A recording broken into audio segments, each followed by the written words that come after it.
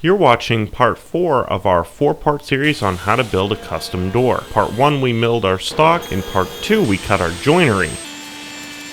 In part 3 we assembled our door, and today in part 4 we're going to put the final touches on our project and get the door on its hinges.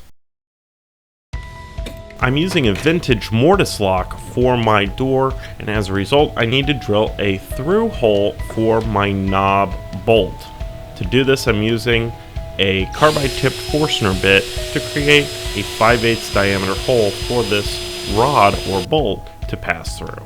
Then I can install my mortise lock and mark out the edges of the plate so that I can create the shallow mortise so that the lock assembly sits flush with the edge of the door.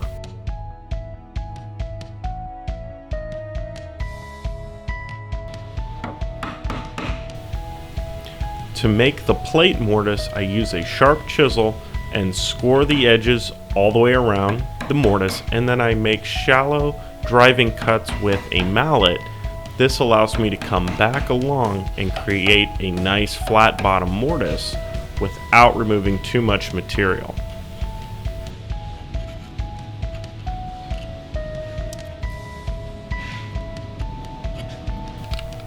I test fit the lock as I go to get the plate to just the right depth.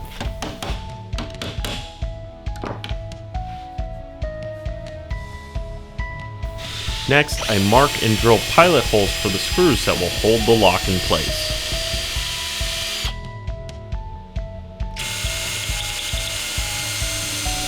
Finally, I install the screws. If you're using brass screws, don't be afraid to use a steel screw first to pilot the hole.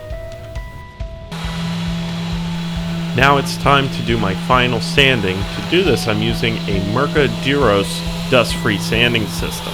I'm sanding my door with 80, 150, and 180 grit sandpaper to get a nice smooth finish that will be ready for paint. To paint my door, I'm using an Earlex spray station, but I need to thin my paint so that it will be the proper viscosity to spray. To do this, I'm using a viscosity cup and timing how long it takes for the paint to pass through the cup. This takes between 1 and 3 minutes, so it's not a quick process. It gives you plenty of time to dial in the correct viscosity for your paint. With the paint properly thinned, it's time to spray the first coat on our door. I try to make roughly 30 to 50% overlapping passes to get even coverage over the door. I'm also not taking too much care to get complete coverage in all the tight areas. I don't want to spray too much material into the corners, which could cause runs or drips.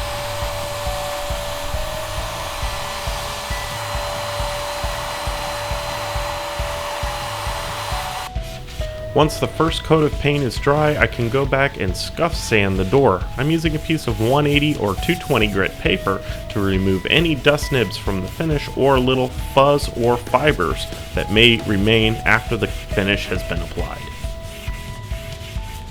My second coat, I take the time to ensure that I get plenty of paint in all the detail areas of the door. The second coat can be applied a bit heavier because the base coat helps hold the paint to the door.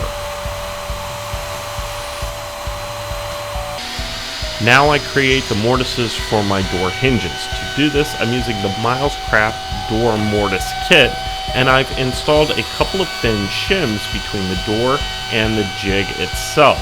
These simplify my setup and will help produce the perfect mortise on both the door and the door jamb, so that my door hangs properly in the frame.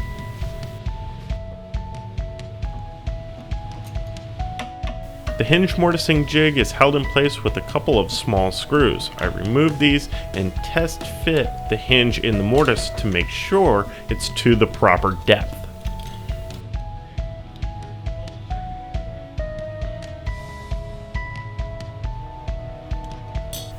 To finish up my mortise, I use a square corner chisel. This squares up the corners of my mortise so that my square cornered hinge will fit properly. Then I clean up the waste with the chisel.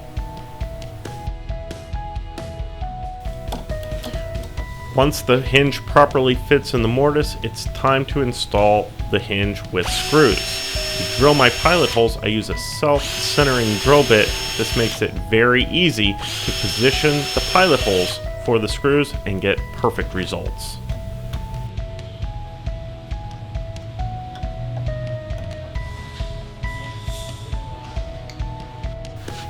Next, it's time to make the corresponding hinge mortises in the door frame.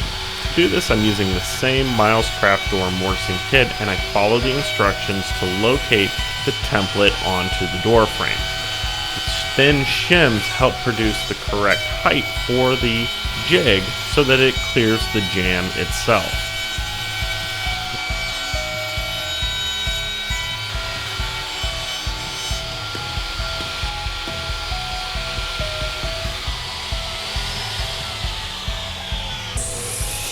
Next, I miter the corners of my glass stops and fit them into the rabbet for the glass.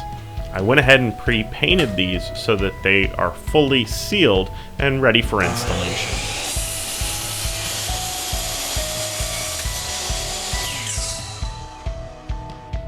To install my glass into my door, I first lay a bead of silicone into the corner of the rabbet. Once I have my bead all the way around, I can lay my insulated glass unit into place so that it beds into the silicone caulking.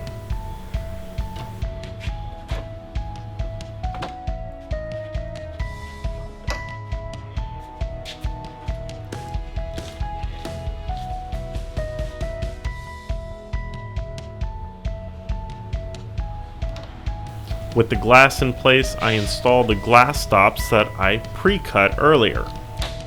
We don't want to glue the glass stop in, we want to be able to remove it in the event that the glass is broken.